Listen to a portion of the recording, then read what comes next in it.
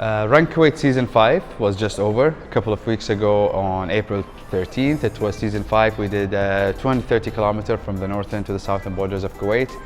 And as a concept, we have always thought it has to be limited to those 5 days or a couple of days that we do it every year. And it was successfully done with 6 participants this season. But we have Ayman here, who was actually wanted to be part of the team, but he couldn't due to some circumstances. But he did take the initiative to just go ahead and do it before we even started. So, Ayman, what do you think? How was your experience at that run that you just did it out of the blue? I've been applying to run with Run Kuwait from season 2, and every time I didn't get selected. So when I did get selected, who's responsible for that? I have no idea. We should talk to them, shouldn't we? When I did get selected, I saw it as something like the Oscars. You know, it was just an honor to be nominated.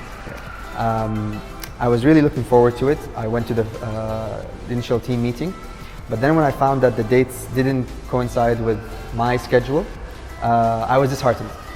And I would have given up the other thing, but it was the birth of my son. It was happening exactly during, he was actually born April 4th at 4:40 a.m. So it would have been right in the middle of the... Right in the middle of the last Right in the middle of the... Exactly, yeah. Well, congratulations anyway. Thank you so much, thank you. So I decided that I'm still going to try to do it, and it was in February when we were training that I decided, okay, I'm going to speak to Yusuf and I'm going to tell him I will do the distances according to the plan, and I'll do it during my normal working week. Yeah. There was that the weekend for National Liberation Day, so I thought I will use that for the long run, the 85 kilometers run at the time. And how was it, you know, because we used to do it during those dates, but we don't do it anymore because of how traffic the road is. Yeah. What happened to you? It was really bad running on the 25th because the people were so kind that they wanted to hydrate you. Yeah. You know, whether you ask for it or not. I was hit with like 6 balloons, once in the face, once in the chest, once in the back, once in the foot. But I wasn't listening to music, and that took me 16 hours to do the 85 kilometers that day. I started at 5 a.m.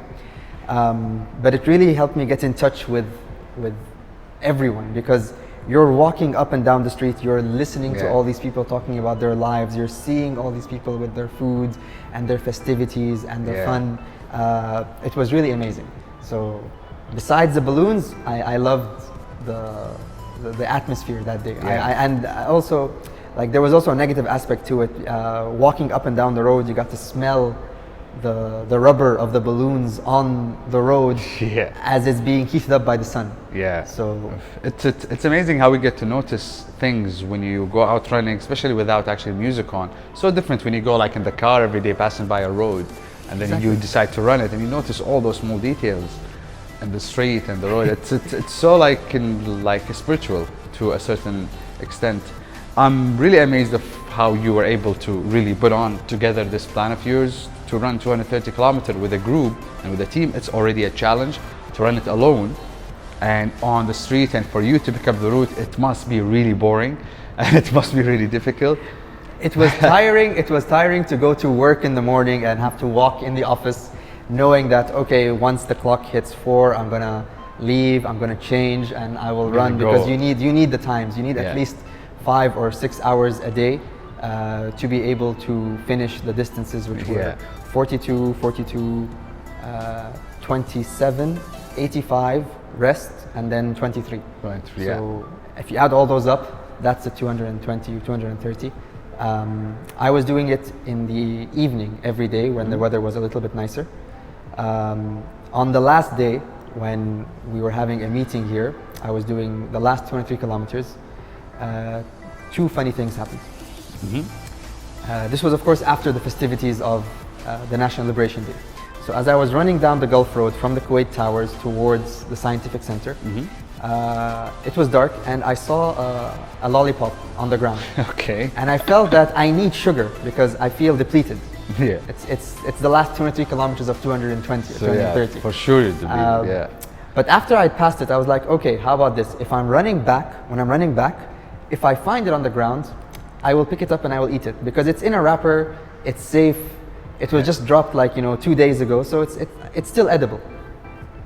So I got to the scientific center, I turned around, I'm running back to where I remember seeing this lollipop, and I thought I wouldn't find it, but I did. And I picked it up. And as I was unwrapping it, I found that it was a little sticky. So apparently the water got into it. So then I decided not to use it. Yeah, and I that's just tossed good. it. But it did make my hands sticky for the rest of the run. So it meant I couldn't touch my phone when I was done. So as I got back to the towers, I spotted a bathroom. I walk into the bathroom, and I'm surprised at how clean it is. So I'm washing my hands, and I'm like, okay, I'm just gonna make sure that I throw the tissue in the bin and don't make a mess. As I am walking out, this lady starts yelling at me. So I'm like, what did I do wrong? So she's like, you just walked into the women's bathroom. God. And I remember I made a mental note to look at the figure on the outside, but because it was dark, I didn't see the skirt. And the I just assumed from the top down, it's hydration. And the dehydration. Or maybe you thought it was just like a Superman logo or something. Probably. Anyone who completes an ultra marathon is definitely a Superman. Exactly. Well, you were wearing the Flash T-shirt though. Yes. We're going to be showing it in the videos we're showing. It's what a character, and the things you do are just really, really amazing. Thank you.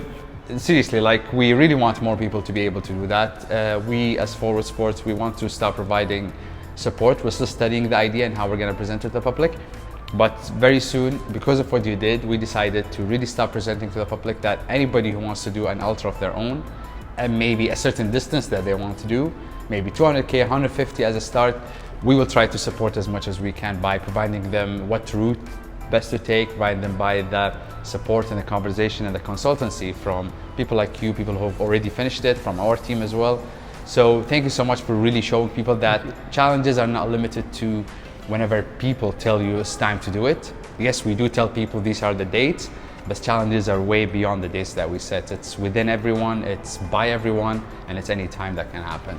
Yeah. Thank you, Ayman, so much. Thank you so much. And we look forward for the next challenges we have. Can I just add one last thing? Go ahead.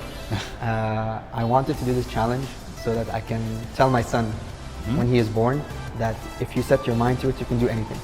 Yeah, and exactly. Being able to run during the week, being able to do an ultramarathon whenever you want, it's a marathon of the body. You can also do a marathon of the mind. Anything you set your mind to, you can do. Exactly. And without Forward Sports, without the support that you gave me during those 6 days, I wouldn't be able to do it. Thank you so much.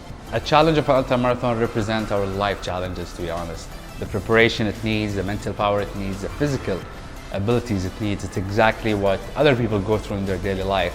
And for someone to teach themselves how to overcome such a challenge, it also prepares them to overcome life challenges in the future. Exactly. Thank you so much, Ayman, and we look forward for your next challenge.